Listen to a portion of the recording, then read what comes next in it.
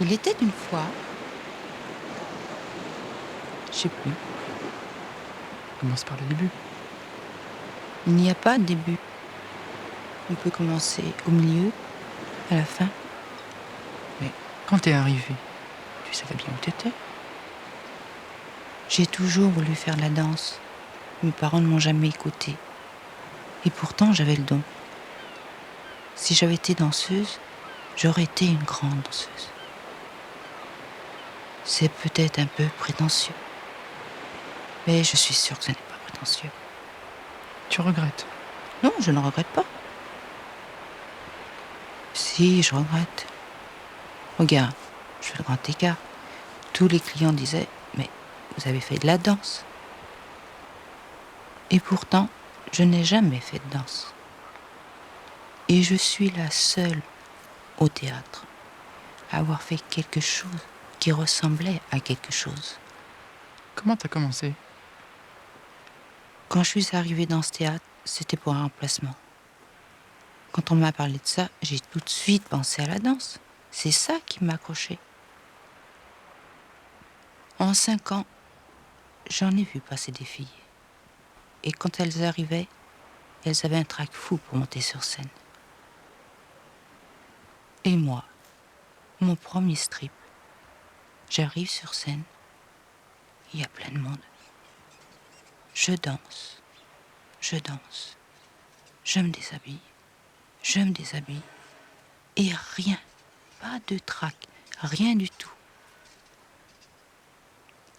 Après, la patronne m'a demandé si je pouvais revenir le lendemain. Puis le lendemain. Et voilà, ça s'est passé comme ça. Petit à petit. Petit à petit.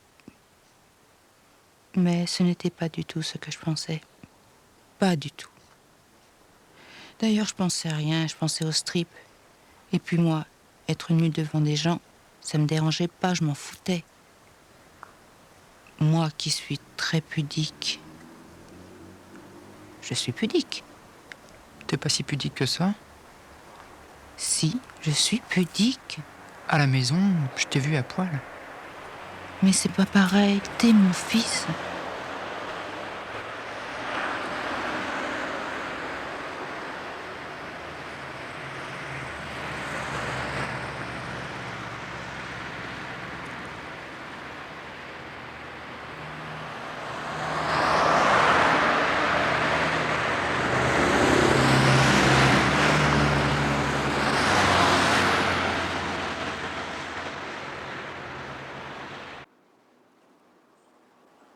Il y avait un retraité belge qui venait au théâtre depuis 20 ans. Il faisait ses économies et tous les 2 mois, il arrivait avec des sacs et des sacs de cadeaux pour les filles. C'était sa vie. Il nous connaissait toutes. Il avait son petit carnet, par exemple pour moi, il écrivait « Belle blonde, grande, mais très bavarde, comme si j'étais à l'école. » Comme il venait depuis longtemps, c'était sur mon épaule. Il ne fallait surtout pas que quelqu'un parle. Et lui, bien sûr, il parlait tout le temps. Quand je faisais mon grand écart, il criait. On n'est pas dans un cours de gymnastique ici. Ah, la blague qui va nous faire son grand écart. Franchement, il n'en avait rien à foutre de mon grand écart. Il venait juste pour voir ce qu'il voulait. Les autres le pensaient peut-être. Mais en tout cas, lui, il le disait. Et voilà, elle nous l'a fait, son grand écart.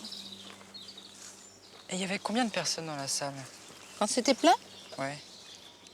il y avait 60 personnes. Je ne sais pas, peut-être plus. Il payait pour la journée et pouvait rester jusqu'à la fermeture.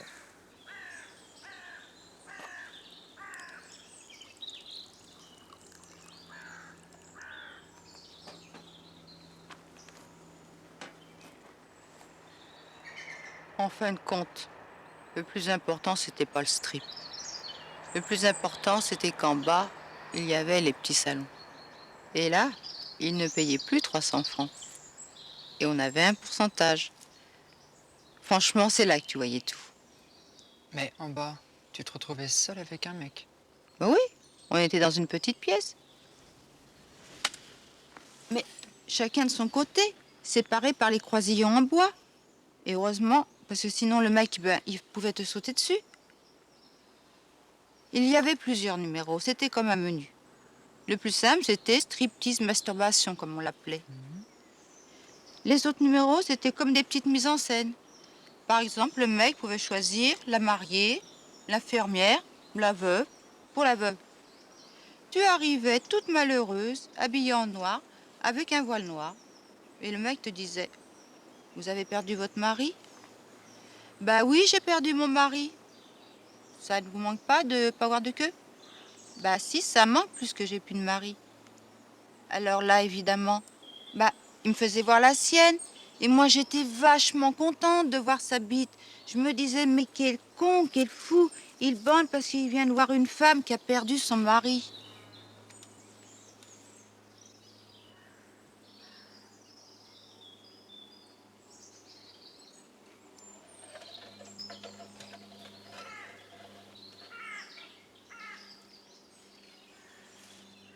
Il y avait aussi la petite fille. C'était souvent moi qu'on choisissait sur photo, à mon âge. Alors, j'arrivais avec des couettes, une culotte en coton et une pomme. Tu as déjà vu une quéquette? Non, monsieur, j'ai jamais vu une quéquette. Tu n'as pas peur, ma petite fille, des hommes, des quéquettes? Ben si, j'ai peur. Regarde, regarde comme elle est faite. 40 et quelques années. Et les mecs y croient. Ils sont dans leur trip, ils y croient. Mais c'est quel genre de type? Tous les genres. J'avais un client qui venait régulièrement me voir. Il était d'une classe, toujours avec une cravate, en costume, avec son attaché-caisse. Il se déshabillait, il était en sous-vêtements, avec des porte-jartelles et des bancs. Alors moi, je lui disais, mais vous vous rendez compte si un jour il vous arrive quelque chose dans la rue? Il y avait encore le numéro de la toilette intime. On m'appelait à l'interphone. Tu es un client, toilette intime. Alors, j'arrivais comme une conne avec ma petite cuvette et je me lavais le cul avec de l'eau. Et pendant ce temps, tu vois ce que le client pourrait faire de son côté. Je n'ai jamais compris comment un mec pouvait bander en voyant une fille se laver. Je ne comprends pas ce qu'il y a d'excitant. Mais enfin, les mecs sont tellement bizarres. Donc, ce jour-là, je prends ma bassine et j'y vais. Bonjour monsieur, la toilette intime. C'était tellement con que j'étais obligée de faire la conne. Je mets ma bassine par terre, je m'approche des croisillons.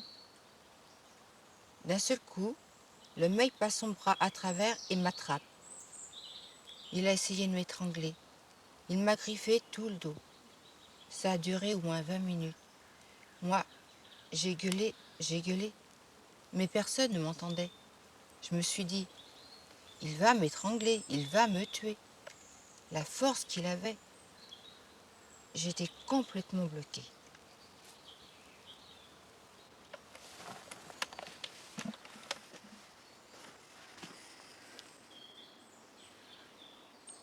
Il y avait un signal d'alarme de l'autre côté, et je ne pouvais pas l'atteindre.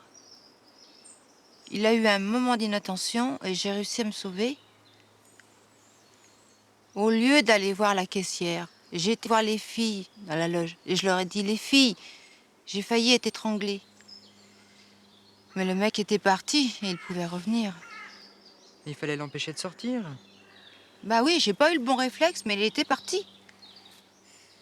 Alors après, quand j'avais la toilette intime, je peux te dire que ma bassine, je ne la mettais plus à côté. Je me la mettais bien loin parce que je n'étais pas sûre de pouvoir reconnaître le mec.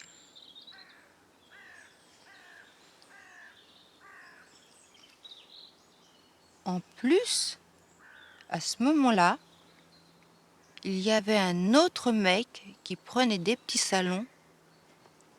Il avait du vitriol sur lui. La fille arrivait, il lui vitriolait le visage. Paf dans la gueule. La fille, foutue pour sa vie. Et il s'est fait arrêter? Il était pris au bout de 2 ans. Après, quand j'avais un petit salon, j'avais peur. Je me disais, ça se trouve, c'est lui, c'est le fou. Mais j'oubliais souvent parce que j'avais trop de travail. Je montais sur scène, je redescendais. J'allais au petit salon.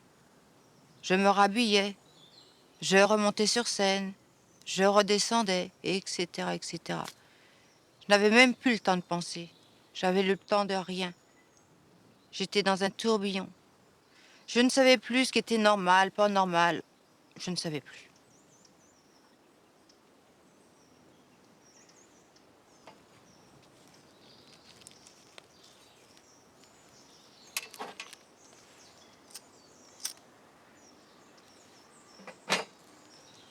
Tu veux une cigarette? Non, non, merci. Merci, ça va, j'ai des blondes.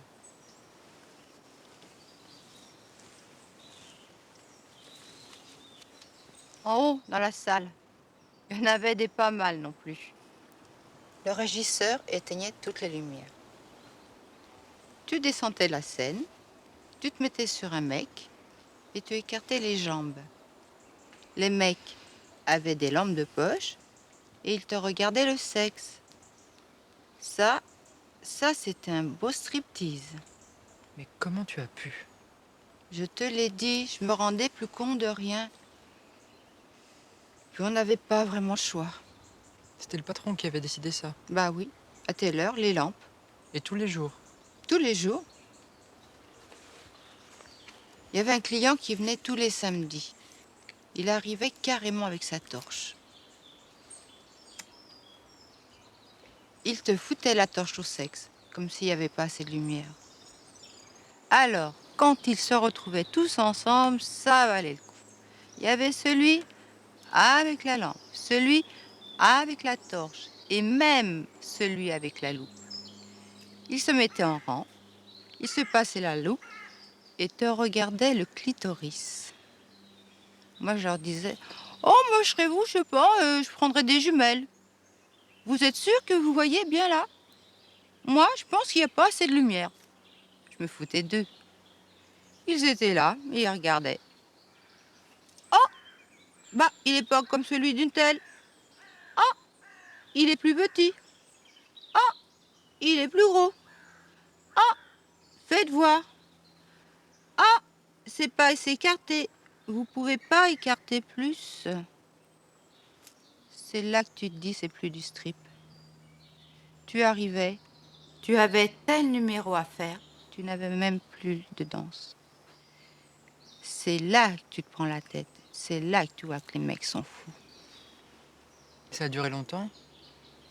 Ça a duré pendant 5 ans. Après, j'ai travaillé dans des pubs shows.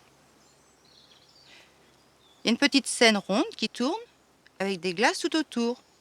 Les mecs sont derrière les glaces dans des cabines individuelles. Donc, tu tournes devant des mecs que tu ne vois pas.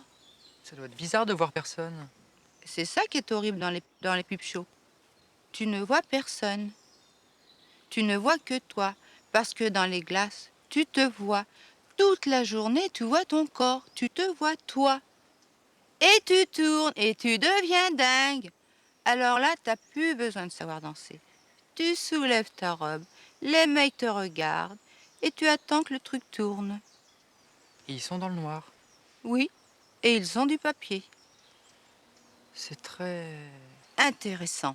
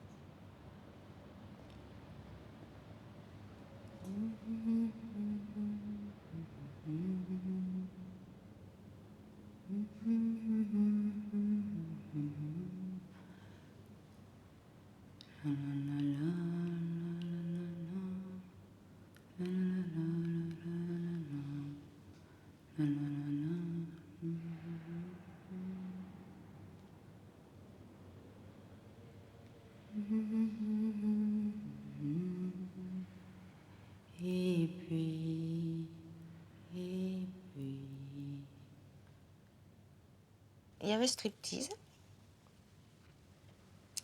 Et à partir de 7 heures, tout le monde s'en allait le soir. Et c'était séance domination. Il y avait des clients. Et il y a des gens qui revenaient pour la séance de domination. Donc, j'arrive, le rideau est baissé. Je prends une ardoise, puis tu fais la conne. Hein. De toute façon, dans le cul, t'es conne. On te prend toujours pour des connes. T'as rien dans la tête. Si t'es là-dedans, c'est que t'as rien dans la tête. Donc, j'étais conne. Et puis, j'avais une ardoise, et puis le rideau se lève, et puis nous, on parle, et puis on dit « Ah, monsieur, on va avoir des punitions aujourd'hui, parce qu'on a fait des bêtises. Alors, qu'est-ce qu'on pourrait avoir comme punition ?» Alors, on leur donnait l'ardoise, et ils marquaient les punitions. Alors, fessée, coup de fouet, bougie, que je t'expliquerai, enfin tout quoi. Donc, arrivait la maîtresse. Bah, des fois, j'étais la maîtresse, des fois, j'étais l'esclave. Admettons que je suis l'esclave. Elle arrivait en cuir, avec son fouet. C'était un jeu, hein. Et elle disait, bon, elles ont été sages? Alors les mecs, oui ou non. Ou... Bon, donnez-moi les... Hein, plutôt non, oui. Plutôt non. Alors donnez-moi vos ardoises. Qu'est-ce qu'on va leur faire aujourd'hui? Bon, vous avez marqué coup de fouet, machin, truc, d'accord. Et vous? Hein.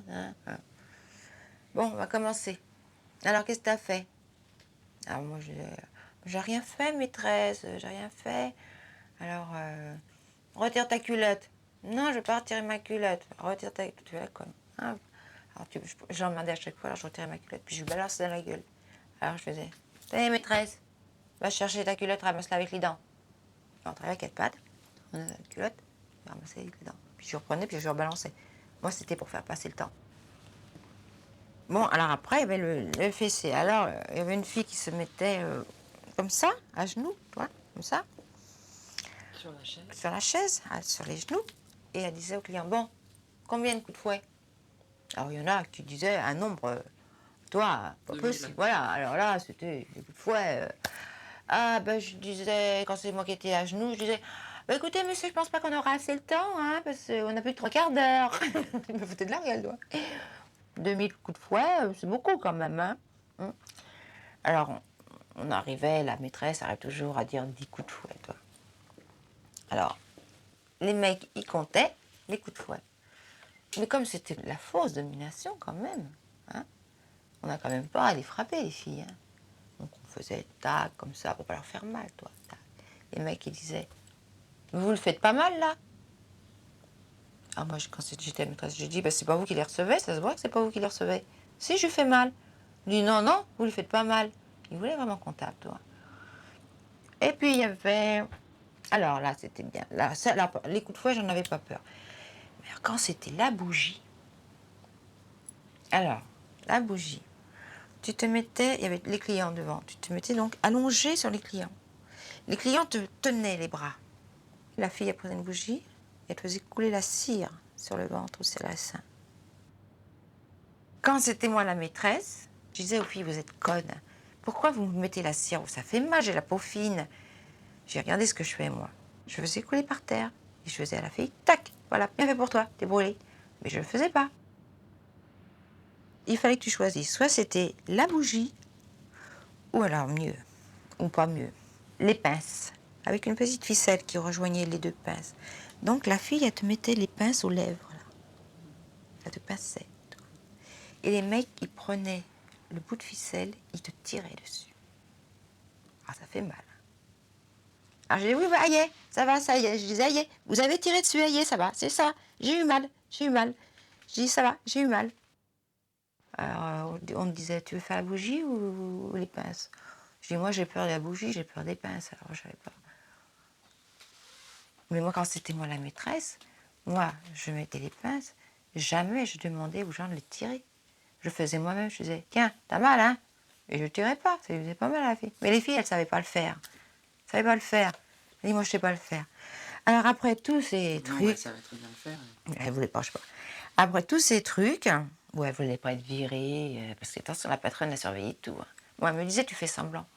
Moi, je ne suis pas là pour martyriser les filles. Hein. On n'a pas le droit de faire des dominations. C'est des fausses, alors je fais des fausses. Après, alors, c'était super, parce que c'était la récompense. Alors, vous avez été sages, les filles, vous avez bien tout supporté, vous avez été punies de vos bêtises, alors on passe aux récompenses. Alors, on avait un grand truc de lait corporel, et les mecs, ils te massaient. La récompense, tu vois. Je disais, non, moi, je vais me faire masser les mollets. J'ai mal aux jambes. Alors, les mecs, ils disaient, bah non, moi, je me masserais plutôt les seins. Non, non, la récompense, c'est ça, j'ai mal aux mollets, massez-moi les jambes, je leur disais. Jamais je me suis fait masser.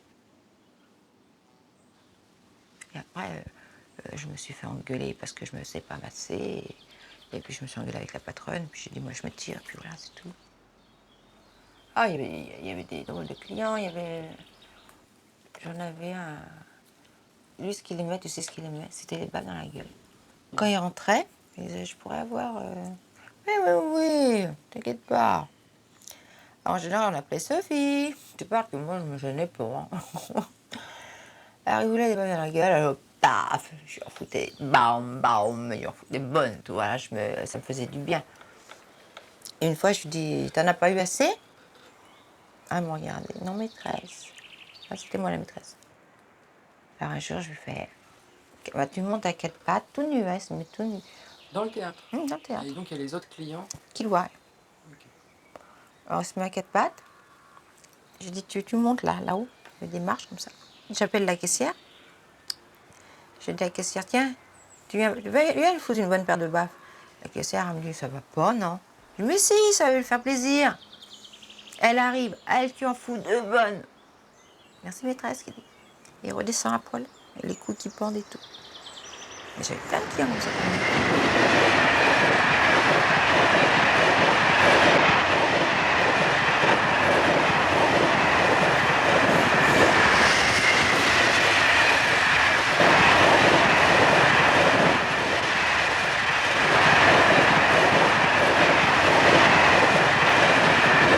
Il y en a qui viennent pour danser, il y en a avec les filles, il y en a qui viennent pour se déshabiller, il y a des clients qui viennent, tu sais, qui payent pour qu'on les déshabille sur scène, qu'ils soient à poil devant les clients. Moi j'en avais un, il venait tous les samedis, il restait une demi-heure, comme ça, puis à un moment, il tirait sa chemise, il tirait son pantalon, et il arrivait à poil, il se mettait sur le côté, il ne bougeait pas, il te regardait, mais il était à poil. C'est drôle aussi. Il y a de tout. Tout ce qui est imaginable. Tout est possible. Tout est possible. À part qu'il ne pouvait pas, hein. C'est ça qui nous rendait fous d'ailleurs. C'est ça qui les rendait fous.